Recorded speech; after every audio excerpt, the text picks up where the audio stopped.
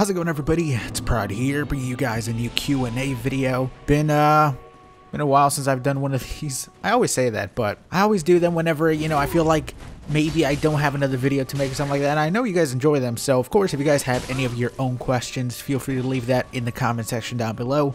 The gameplay you guys are seeing in the background is something that I got yesterday. I just played like 7 matches in a row or something like that, so you'll see all those matches here. But why don't we just go ahead and get it started with the first question, which asks, which by the way, do you guys want me to put names in here? I never do it just because it's one of those things where if I forget to write down somebody's name, there's just a question that I can't use. But I guess if you guys want that, then I'll start doing that. But the question asks, do you think there will ever be a Dark Souls 1 remaster, and would you play it? And I guess upload videos on it. So this is kind of like a weird logic thing that I have. So on Xbox One, obviously backwards compatibility is a thing. You can play a lot of Xbox 360 games on Xbox One. I believe they have like over 100 different games, Dark Souls 1 being one of those games. So the way I see it is you can basically play on the Xbox One already. So I feel like that kind of shows that there may not be a remaster because you can already play it. It's like a lot of different games that are getting remastered. Most of the time, if you see them already playable backwards compatibility wise on Xbox One, then most of the time those games are not going to have a remaster. It's kind of weird, but it's kind of like Modern Warfare Remastered came out a couple months back. Obviously, the original Call of Duty 4 was never playable on Xbox One and backwards compatible. And I feel like it was because they knew they were going to do a remaster. There are a couple of Call of Duty games that are available, and I'm guessing those also are going to get a remaster. So it's kind of like you see it like it's already playable on Xbox One, so why would we do it again? But theoretically, if they did do a Dark Souls 1 remaster, I do think I would play it, possibly do a playthrough of it. I mean, I can already do that now. But if they gave it something like Dark Souls 3's graphics or like Bloodborne's graphics, whoa, that would be fucking awesome. People say like, it's the same game. Why would I play that game over again? I've definitely seen that as a reply to this question, but I honestly think it would be freaking awesome. I would love to play that, especially go back and play some PvP, because I never really got to play PvP in that game. By the time I arrived, there was mainly people who were insanely good or just hackers. But yeah, I definitely would play a Dark Souls 1 remaster if they ended up remaking it. I would love it.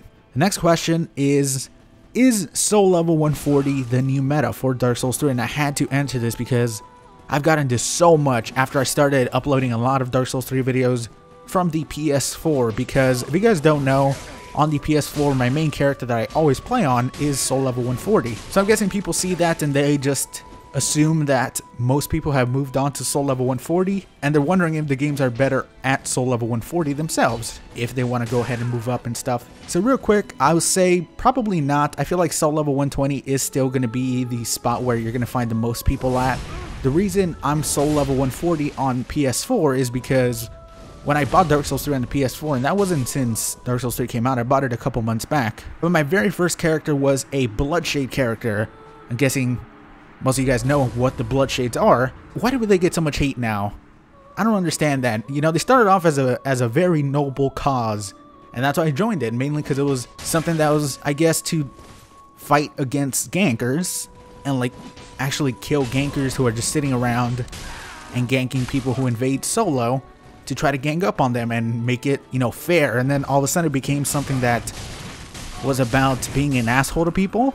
I don't really know why, but it definitely seemed like a shit ton of fun for somebody like me who liked invading into those crazy team battles.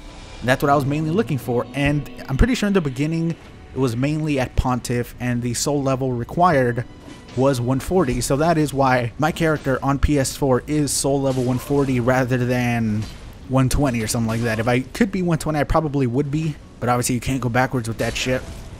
So I would say probably not. But I mean, come on, do you really think my channel was going to be the one to start the soul level 140 shit?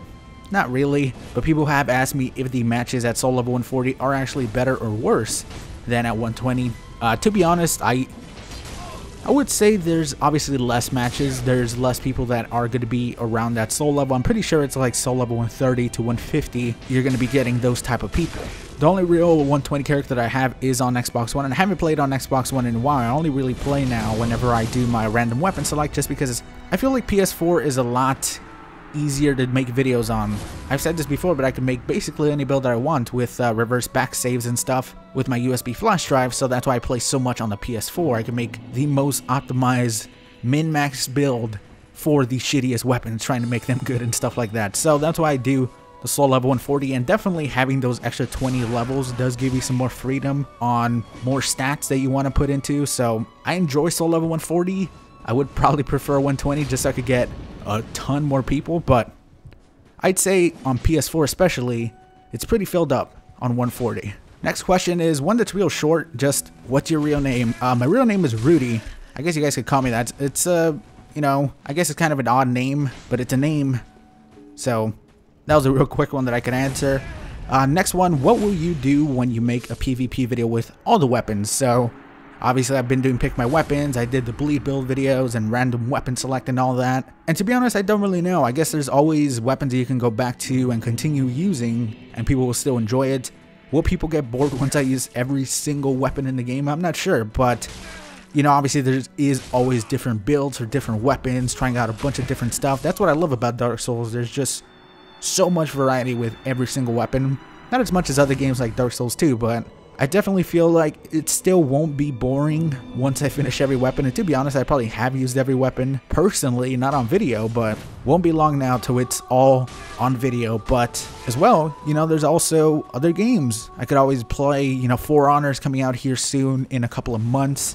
People have asked me, am I going to be playing that? Yes, I am going to be playing that. I'm so excited for that game. Neo is another one that I'm also really excited for, but that one is a little bit more tough because it doesn't really seem like there's any PvP in that game, which kind of sucks for somebody like me who does mainly PvP content. But I do think it'll still be a fun game to stream and upload a couple videos on. So I hope you guys are looking forward to that. And I guess this one kind of does connect into my final question, which asks, since you started a Last Guardian playthrough, will you be playing through other games? But yeah, I did do a playthrough on The Last Guardian. If you missed that, it was just completed a couple days ago, which is pretty awesome. Wasn't super long, only like 12 parts. Like the game in general wasn't that long at all. I'd probably say it was like maybe around 10 hours, somewhere around there. So not super long. Very entertaining game. Not great on the gameplay, but story-wise and character-wise, it was pretty fantastic in my opinion. But man, I don't really know if I'm going to be doing any other like long playthroughs like that. And that wasn't even, you know, long. I say long for me just because most of those parts were about 30 or 40 minutes long. Edited. Unedited, they were about an hour, maybe a little bit more than that. So those are pretty tough to edit whenever I got around to it. So imagine that same thing, but with a game like Neo that is going to be, apparently they said it's going to be at least 70 hours long. The average playthrough is going to be 70 hours, which don't get me wrong, this sounds awesome as hell, but oh man, that would be fucking rough. I guess I would kind of have to choose. I kind of know where the, I guess, quotations fan base comes from on my channel. It's mainly going to be games like Dark Souls, Souls-like games and stuff like that. So I think I might just kind of stick to that. You know, if there is going to be another game similar to maybe something like a Last Guardian that I want to do a playthrough on, I will do that. Even though it'll get a lot less views, it's a lot of fun for me. The game, playing through the game and doing that on YouTube was a lot of fun for me. But I am mainly going to focus on games like Dark Souls that have similar combat to that.